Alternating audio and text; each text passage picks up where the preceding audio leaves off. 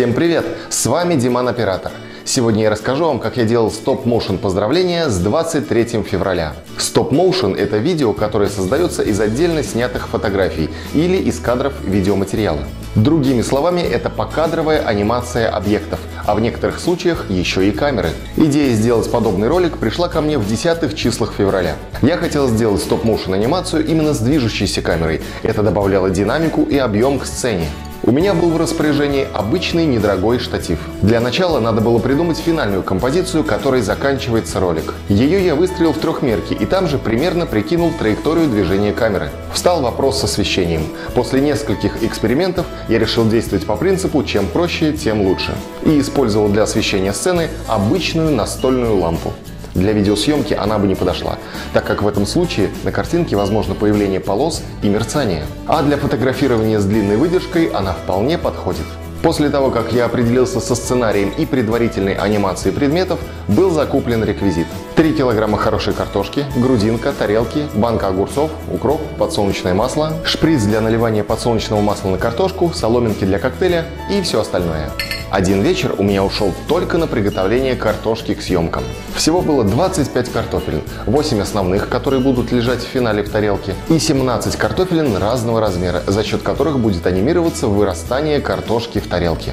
Все они лежали сутки в холодильнике, ожидая своего выхода на съемочную площадку. Сначала я выстроил сцену без продуктов. Нужно было определиться с финальным положением всех объектов в кадре и с движением камеры в сцене. Я отметил 4 ключевые точки, через которые должен был проходить штатив. Положение всех 3 ног штатива я обозначил на полу с помощью малярного скотча. Кроме того, тем же малярным скотчем я обозначил примерное движение ног штатива. Одна нога должна была переместиться на расстояние около 1,5 метров, вторая нога примерно на 1,5 метра и третья нога почти на 2 метра. В среднем смещение штатива было на расстоянии около 4-5 мм за один кадр. Кстати, мне надо было продумать еще такой вопрос. Что делать, если я случайно задену штатив? Ведь он стоит совершенно не закрепленный на полу, и я постоянно его передвигаю. Чтобы избежать этого, каждое новое движение ног штатива я отмечал шариковой ручкой. Поэтому, если бы я задел штатив и он сместился бы с точки съемки, я бы легко его мог вернуть на место. Кстати, за время съемок штатив я не задел ни разу. Поскольку штатив у меня был недорогой и выдержка достаточно большая, то была высока вероятность того, что при нажатии на кнопку спуска небольшая тряска штатива приведет к смазу изображения. Поэтому для того, чтобы снять кадры, я использовал вот это устройство дистанционного управления, которое позволяет сделать снимок, не прикасаясь к фотоаппарату.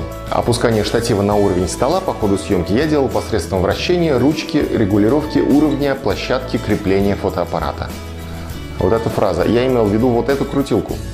Полный подъем происходит почти за 8,5 полных оборотов. И я рассчитал, что для равномерного опускания площадки ручку нужно вращать со скоростью примерно 5 градусов за один кадр. Объектив я использовал стандартный кэноновский 18-135. Параметр ISO я выставил равным 100, диафрагма 5. Выдержка 1/13 секунды. Фокусное расстояние я выставил на глаз с запасом, и оно оказалось равным 41 мм. Итак, к вечеру 20 февраля реквизит был готов, точки съемки определены и был расписан сценарий, на какой объект сколько кадров анимации отводится. Я решил снимать не через кадр, как это обычно делается в стоп-моушен анимации, а снимать каждый кадр, чтобы движение в результате было более плавным. Например, для анимации падения кусочков хлеба и грудинки я отвел 15 кадров на каждый элемент. Их анимация была, пожалуй, самой сложной частью проекта. Для того, чтобы хлеб и грудинка падали в течение 15 кадров, их надо было чем-то поддерживать. Я думал над разными вариантами, как это можно сделать, и в итоге остановился на обычных зубочистках. Они достаточно хорошо упирались в доску и уверенно держали хлеб с грудинкой. Заранее я подготовил около десятка зубочисток разного размера. В процессе анимации я заменял одну зубочистку на другую с помощью пинцета. Движение хлеба по доске было со скоростью примерно 2 мм за кадр. Дальше наступил этап анимации огурчиков, поскольку тарелка с ними уже показалась в кадре. Огурчиков всего на тарелке помещалось 11 штук. 11 кадров на их анимацию мне показалось мало. И я решил дублировать их движение, то есть новый огурчик появлялся не на следующем кадре, а через кадр. Для анимации картошки, как я уже раньше говорил, было подготовлено 17 картофелин разного размера. Одна картошка чуть потемнела, ее пришлось исключить из съемочного процесса. В принципе, в анимации картошки не было ничего сложного. Я просто менял маленькую картофелину на более крупную по размеру. Сначала я вырастил центральную картофелину, а потом по часовой стрелке выросли и остальные. Как видите, маленькая картофелина перемещается по тарелке, а на ее место приходят картофелины большие размером. И за счет этого при просмотре готовой анимации создается впечатление, что картофелины вырастают на своих местах. После того, как их анимация была закончена, я кадр за кадром полил их подсолнечным маслом из шприца и добавил свежий укроп. Теперь пришла пора наполнить рюмки. Содержимое графина необходимо было перелить в рюмки. Я открывал графин, бросал в него соломинку, затыкал соломинку пальцем, закрывал графин и переливал содержимое соломинки в рюмку. На наполнение одной рюмки ушло 37 кадров. Следующую рюмку я наполнял уже тройными дозами из соломинки, чтобы не затягивать процесс. И, наконец, мне нужно было сделать анимацию листка календаря. Для настенного календаря, который я купил, существует свое крепление, но я его повесил всего лишь на 4 булавки.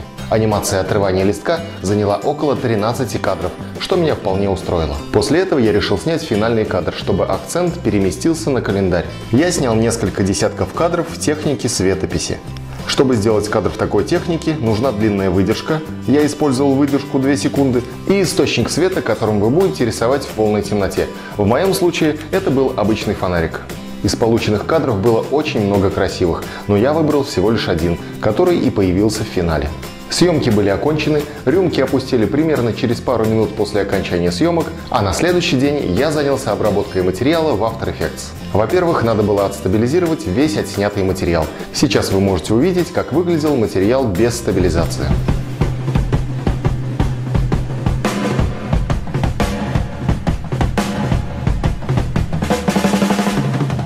А во-вторых, надо было затереть зубочистки на анимации хлеба и грудинки. И в-третьих, растянуть материал до 23 секунд, как я изначально и задумывал. Теперь расскажу о том, как я стабилизировал видео. Это видео мне пришлось стабилизировать дважды. Сначала я стабилизировал видео плагином Mercalli. Вообще это очень странный плагин, из всех преднастроек, которые там есть, мне подошла только одна, которая справилась, скажем так, на 4 с плюсом.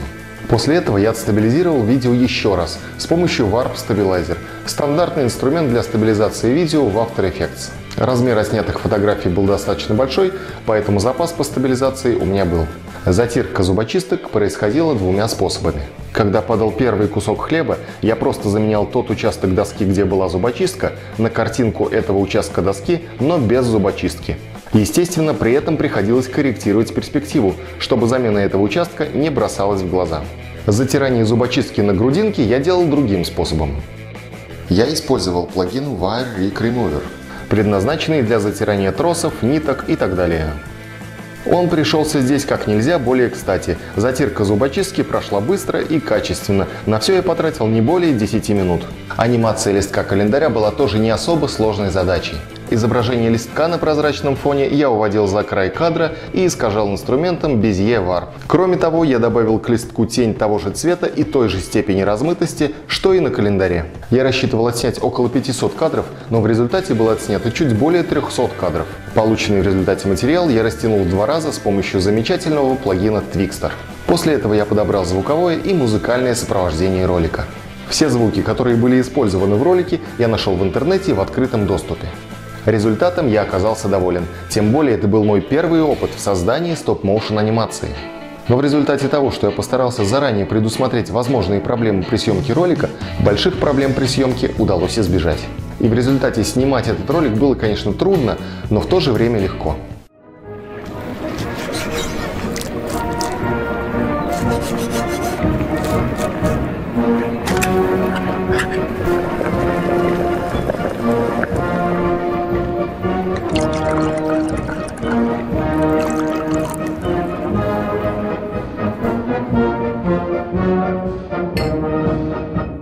Ну что же, на сегодня на этом все. Надеюсь, ролик был для вас интересным и в чем-то полезным. Оценивайте видео, пишите комментарии, задавайте вопросы, подписывайтесь на канал и создавайте свои интересные видео. С вами был Диман Оператор. Всем пока!